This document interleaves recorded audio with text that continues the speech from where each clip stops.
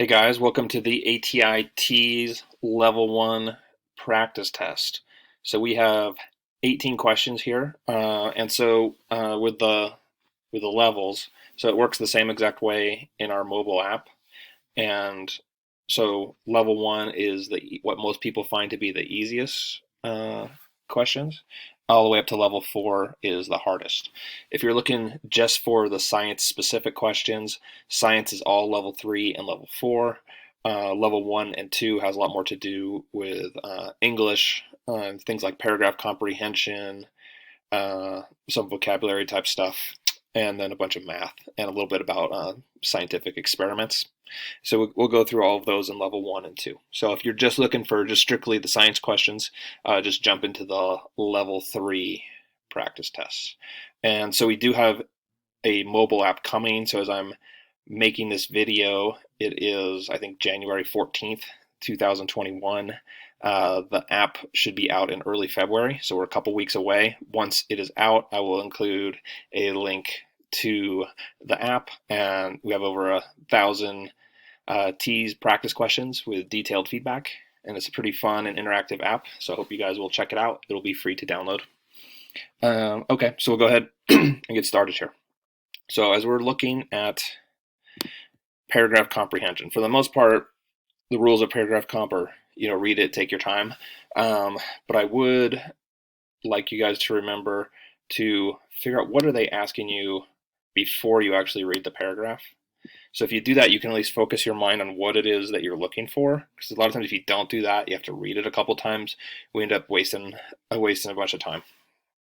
Okay, so it says the author implies that, right? So we're looking for implication, which means it's not going to be directly stated in the text, right? So whenever we see imply or infer, that's what we're thinking is what is it they're trying to say, not something that specifically says. As opposed to, like, if it's a point of view type question, what is the author's point of view? It'll be much more likely that it's directly stated. Okay, so it says American Sign Language is a conceptual language, and the way those concepts are put together is called syntax. In ASL, American Sign Language, a statement usually begins with the main idea and then the details follow. Very different from English, ASL syntax is based on what is most important to the person signing. Okay, so like the one thing, when you're saying implication is that very last sentence there where he says very different from English, right? So that's the only thing really as I'm reading this where I think like there's some sort of where something is implied. Everything else was just really like a couple of sentences about facts about American Sign Language, right? But when he says, or she says very different from English, there's basically saying that and then what follows, ASL syntax is based on what is most important to the person signing. They seem to be saying that that's not the case in English, right? Okay, so then what answer? And so if you can think about it, I mean, you probably do a little faster than how long it's taken me to explain this. But if you're doing it like that, where you are recognizing the implication as you're reading, it's a lot less likely you're going to be tricked by an answer choice. Okay, so as we look at the answer choices, English can never be conceptual. It doesn't really fit with what we just said, so we'll cross that off.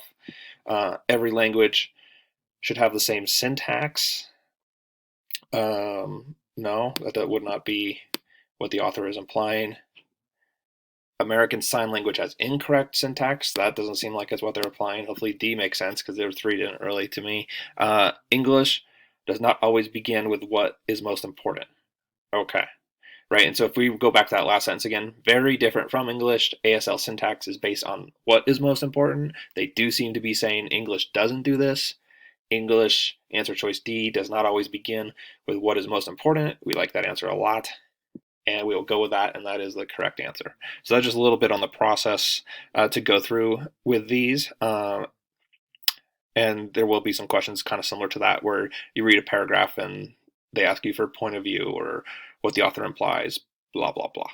Okay. Question 2. If a writer details a violent act, then that violence would be considered implicit, explicit, both, neither. Okay, so here really they're just asking us, do we know what the difference is between implicit and explicit, right? And already, if we go back to question 1, they asked what was the author implying, right? And so implying was that they didn't directly state it in the text. We had to kind of like read between the lines in terms of what they were trying to say. Okay, so explicit is the opposite of that, right? And that means it is actually in the text, right? So it's written directly, and we can pull it right out of the text, right? So with a writer detailing a violent act, that violence would be considered explicit. Answer choice B. 3. Okay, so we're jumping in to some math stuff here. Okay, so it says Johnny lost 20% of his investment last year, but his investment increased by 40% this year. What was the overall percentage change in the value of the investment from the original purchase price? Okay, so what we have, right, is we see, okay, so it went up. Here's what you don't want to do. Okay, so we can always, almost for sure, when you see percentage change, like this, up 20, down 40, right? And so our instincts are always like, okay, down 20. Or, sorry, I did that wrong. It was down 20, up 40, right? Down 20, and then up 40, right? And so we say, okay, negative 20 plus 40 is plus 20, gain 20%. Answer choice D, easy, right? That's never the correct answer. So always when you see these, at a minimum, is you can always eliminate that one and at least increase your chances of guessing correctly. If nothing else, but we would like to be able to do better than that. But what we really want to do is plug in a number.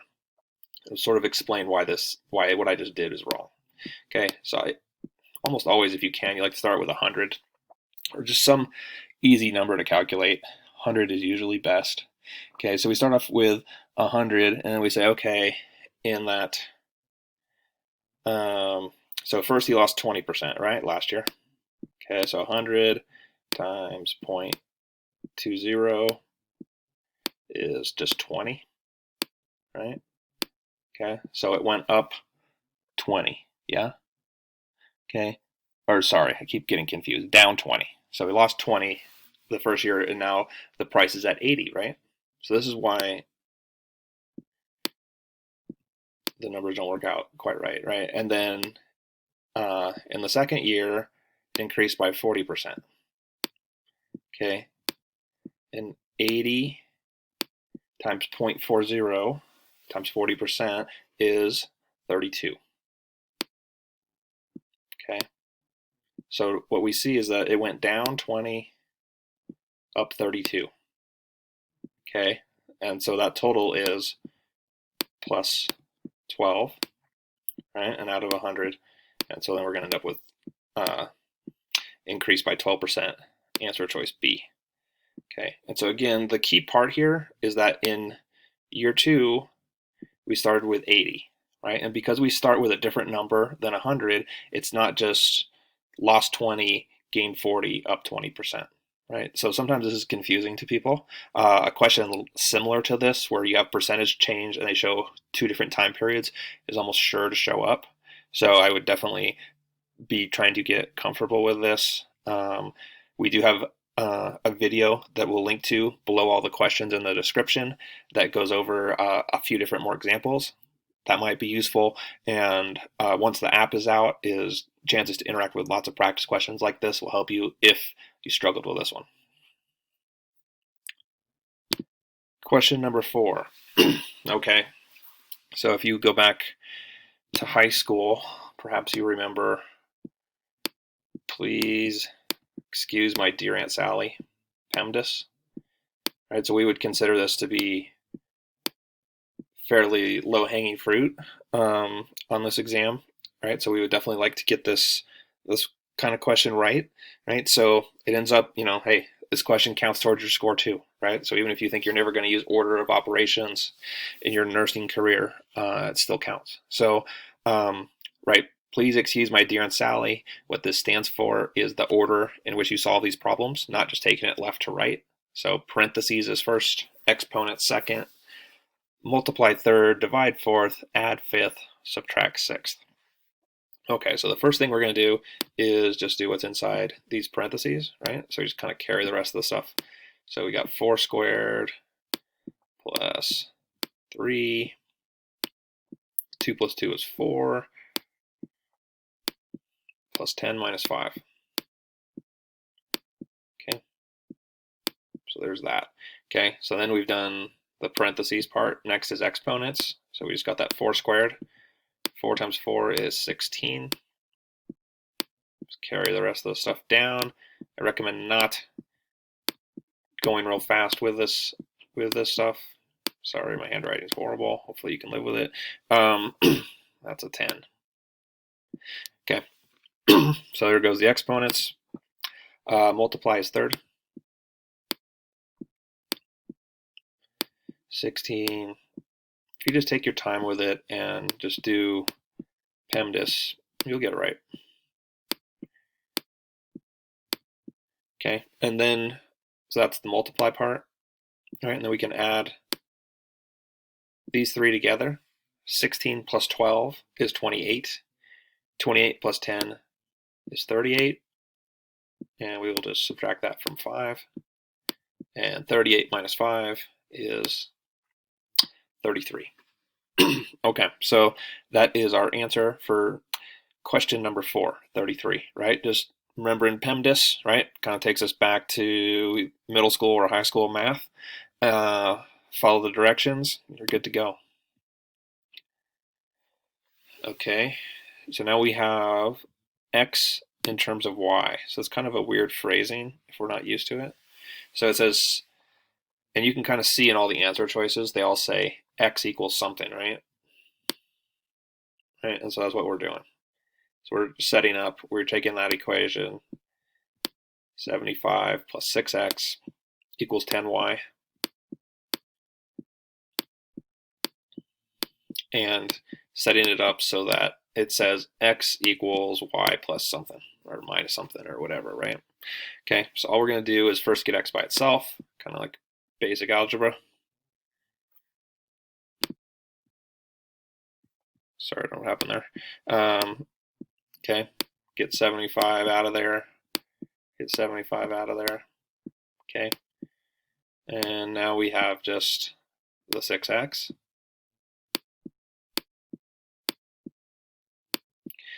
Equals 10y minus 75, right?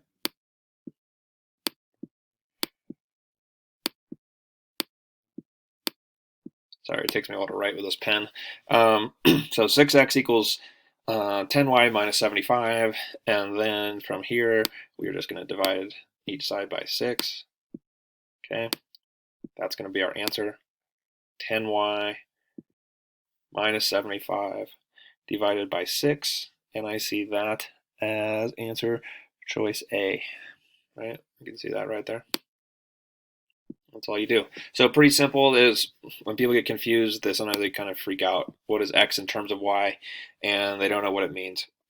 And so that's really the only place you could get in trouble there. The rest of it, pretty straightforward algebra.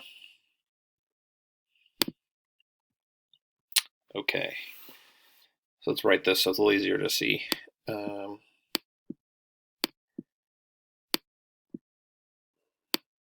I have x divided by 2 plus x divided by 3 is 5. What in the world do you do with this? Okay, so the first thing we need to do is find a common denominator, which is going to be 6, so we can add the fractions together, right? So what happens then is, right, so we're going to multiply each of these by 3 over 3, right?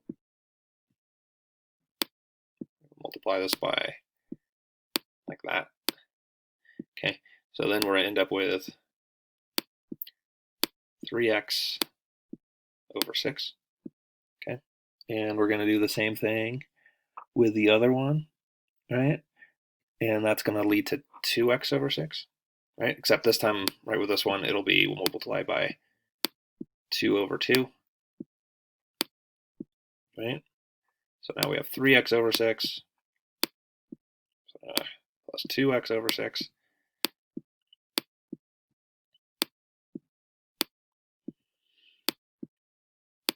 It's 5. Okay, so looking a little better. Okay, so from here, what we have is now we have 5. We're just going to add the two numerators, the 3x and the 2x. And we will get 5x over 6 is 5. Okay, and then we just want to get rid of that 5, 6, right? So we just multiply it by its reciprocal. Well, going back a ways in math, right? In a lot of cases, we may not have done the stuff like this since the middle of high school or something. Maybe you have, I don't know. A lot of people, this was a while ago, right? So we just multiply by 6/5 on both sides, right? And when we multiply by reciprocals, it crosses it out, so we're just left with x, right? And then what we're left with our answer, 5 times 6 is 30, 5 times 1 is 5, and 30 divided by 5 is 6, right there. Okay, so hopefully that all made sense, but really all we're doing there is, because we have a 2 and a 3 in the denominator, we can't add those, just as if it was 1/2 plus 1/3, right? Is you'd have to find that common denominator first, get the denominator to 6 on both sides, right? And then go ahead and solve from there, and then we just multiplied by the reciprocal to get rid of that 5, 6. Okay.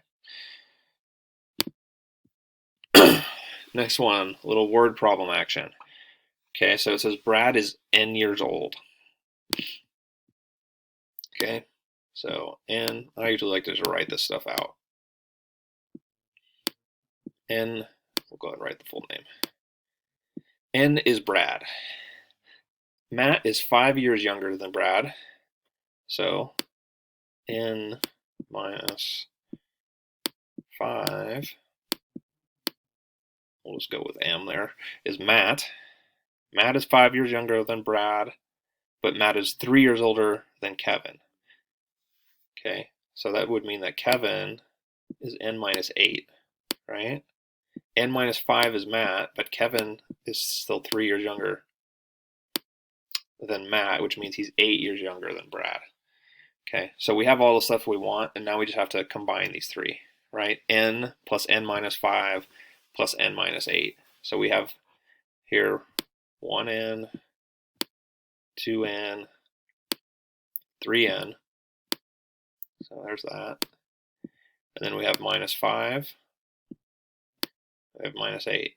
So negative 5 plus negative 8, or just negative 5 minus 8, is negative 13.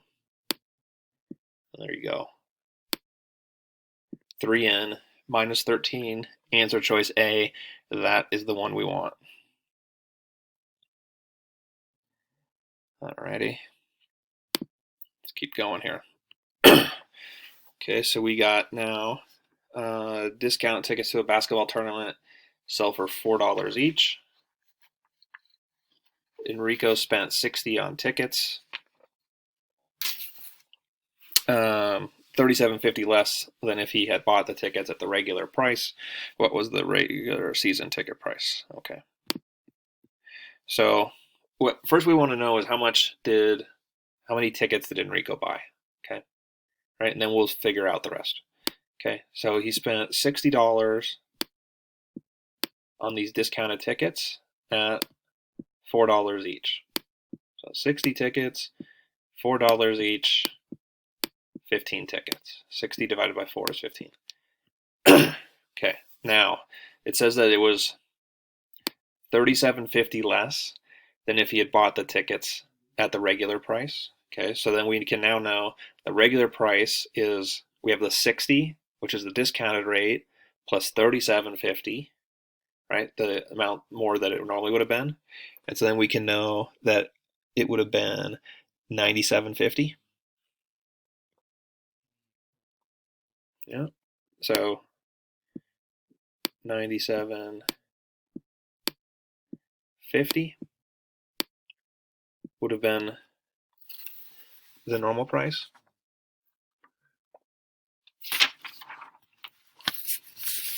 Okay, and so if $97.50 is the normal price and he bought 15 tickets, then if we do this, $97.50 divided by 15, then we get $6.50 per ticket once we do that math. Okay, pretty simple. All right, and that is answer choice C. $6.50 per ticket. All right. Question 9. Okay, so it says the Roadhouse has 790 pounds of peanuts, 110 2-pound bags, 80 4-pound bags. The rest are 5-pound bags. How many 5-pound bags are there? Okay, so you just sort of just mark this out is 110 2-pound bags, so 110 times 2 is there's 220 pounds of the 2-pound bags.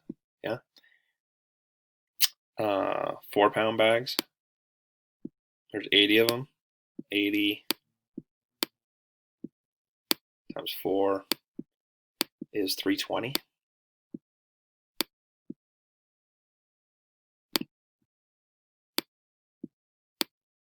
Okay. So when we have that, so we have 220 and we have 320. If we add those together, we have 540, right? Okay. And we started with that there were 790 pounds in total. Okay, so if we go 790 minus 540, we are left with 250 pounds of peanuts that are not accounted for to this point, right? Okay, and the rest, it says the rest are in 5-pound bags. Okay, so we got 250 pounds right here divided by 5, right? And 250 pounds of peanuts divided by 5 pounds per bag. 250 divided by 5 is 50, and that means we will have 50 bags left. Okay, so that's just some math reasoning for you. Not too difficult, I don't think, if you're just used to get used to a few questions like this, how we reason these things out in math. And okay, now a ratio. As we get into like ratios, proportions, and rates type questions. Okay, so it says A to B is 5 to 2, B to C is 3 to 1, and D to C is 4 to 1, and then they want to know what is A to D. So the key thing you want to see here is this is written as D to C, and we need it written as C to D, right? And then we can just multiply these 3 ratios. We'll make them fractions, and we can just multiply them together. But it needs to be C to D and not D to C. Okay, so because of that, we are going to flip this 4 to 1 that we have down here to 1 to 4. If we can see that. Okay, so then what we'll have is, so just carry this stuff down here. 5 to 2 we'll write as 5 halves. For B to C, leave that one alone as well. 3 over 1, and C to D is now 1/4. We just did that one up there by flipping 4 to 1 into 1/4. And if we do this math, 5 times 3 is 15. 15 times 1 is still 15. In the denominators, 2 times 1 is 2. 2 times 4 is 8. And we end up with 15/8 as our answer. Okay, so that's a pretty common looking ratio type question, right? Okay, and then we have stuff with boxes of tennis balls. Okay, so, all right, so we have 150, yeah, so like boxes into cases, this is pretty common. Ranch Tennis Club ordered 150 boxes of tennis balls last year for their statewide annual tournament. The boxes arrived in 15 cases. Okay, this year they ordered 200 boxes. Okay, and so for a problem like this, we don't know how many boxes are in one case, and then we can solve for the 20 cases, right? So we have, they're basing the numbers on last year as we start this. Last year we started with 150 boxes, and the boxes arrived in 15 cases, right?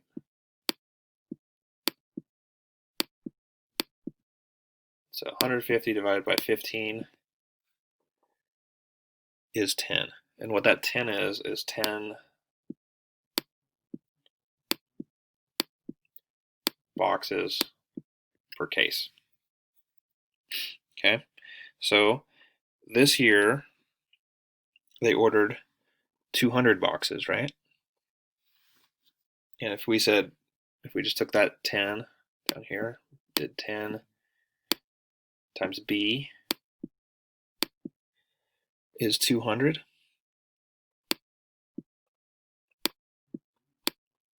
And we divided each side by 10. 200 rather, divided by 10 is 20. And so that means that we have 20 cases this year. Okay, so that's really all we're doing.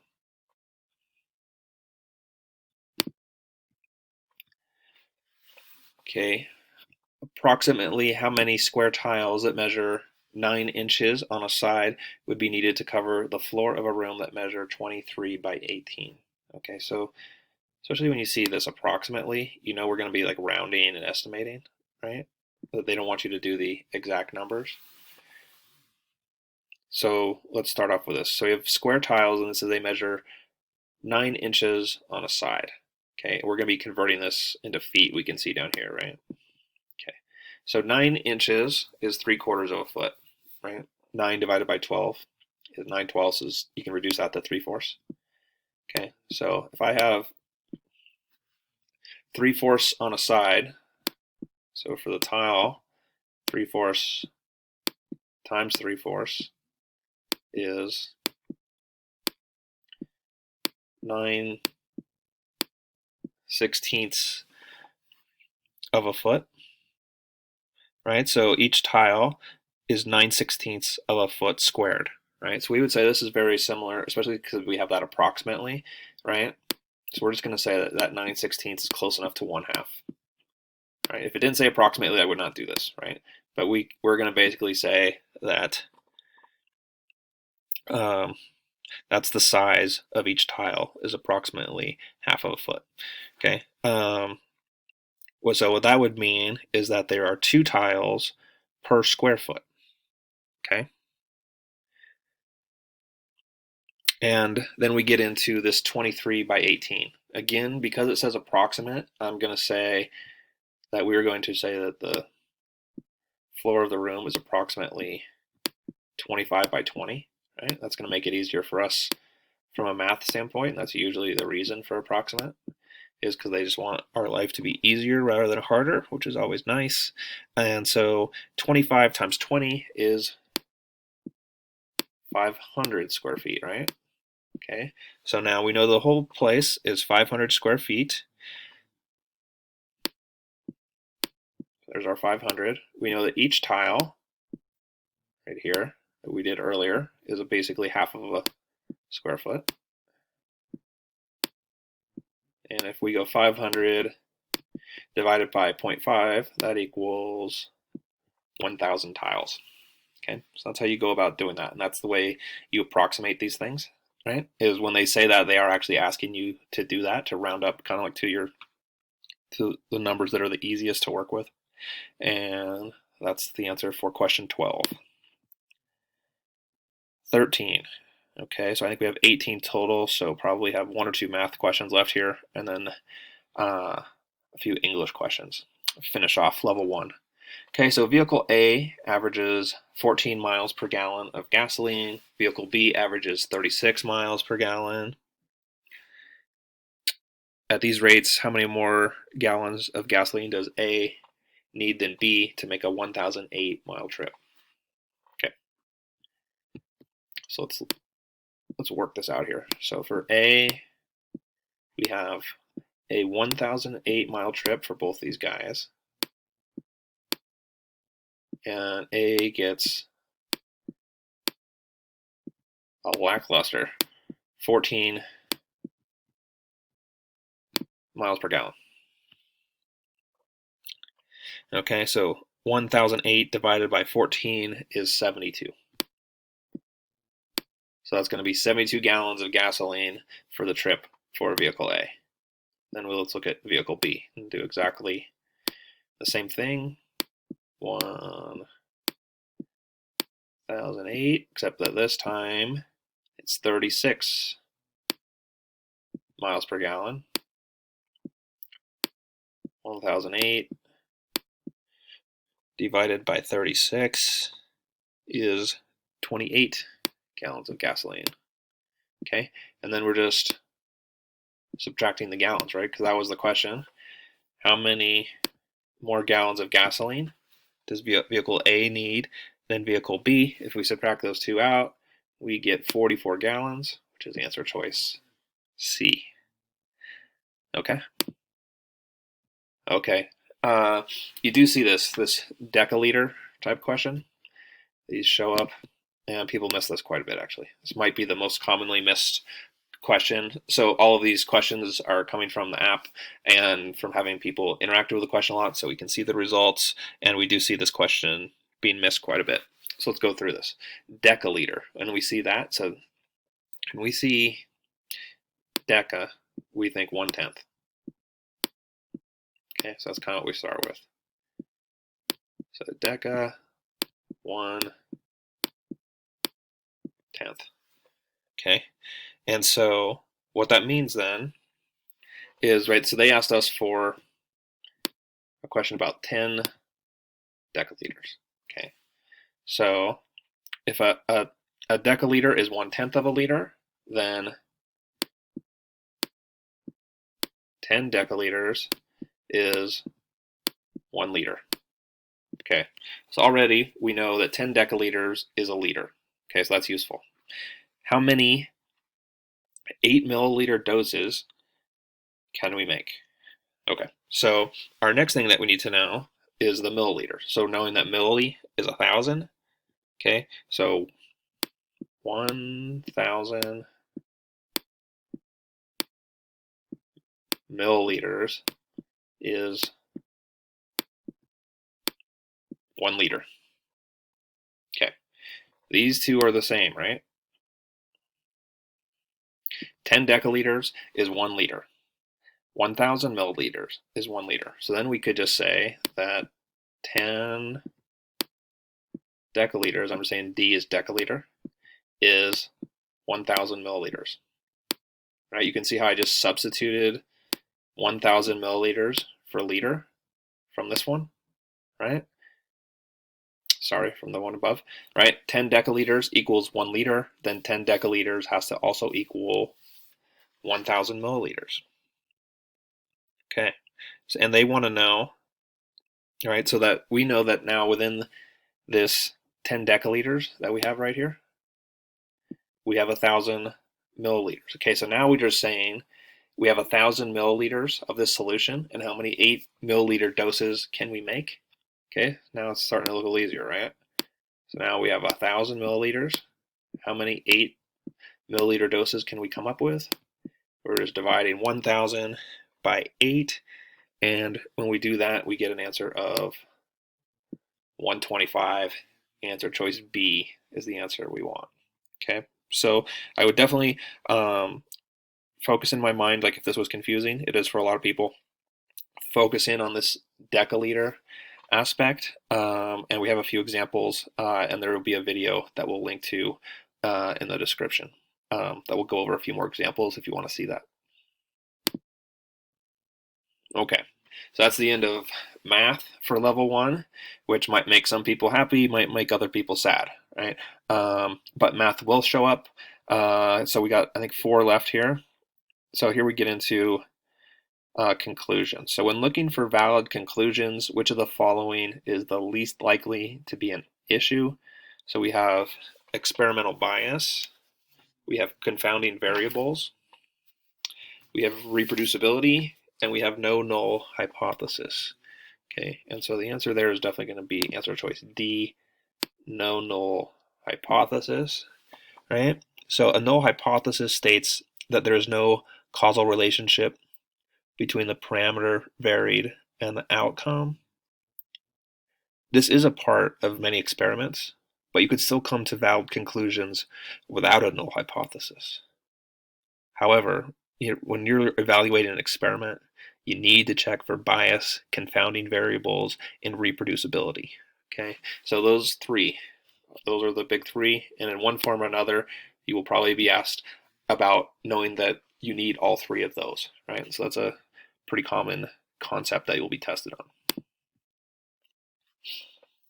Okay. So then the next one here, we have the baseball team knew its main weaknesses.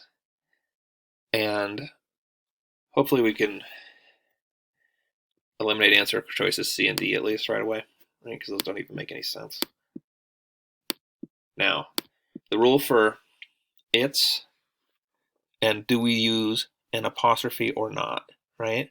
Just knowing that answer choice A, its, IT apostrophe S, is a contraction of it is, right? And so all that means is when you read out the sentence, if you can make it say it is, then it's a good answer.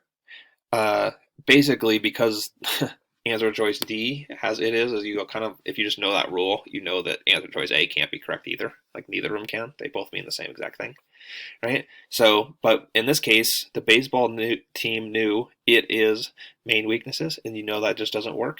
And so when that doesn't work, then it's not an apostrophe, and you just use ITS no apostrophe. Like an example of it's with an apostrophe is something like it's getting cold out here.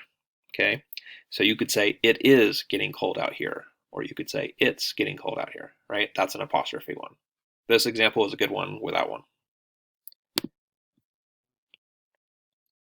Question 17, another apostrophe question, right? And so this should kind of highlight like how we use apostrophes, because anytime we have things that where it shows up and it's two like similar concepts you're being tested on, that should just really highlight that we see this a lot on these TEAS exams, and so we would like to have this.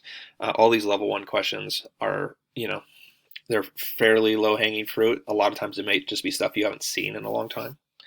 Okay, so it says pick the correct sentence.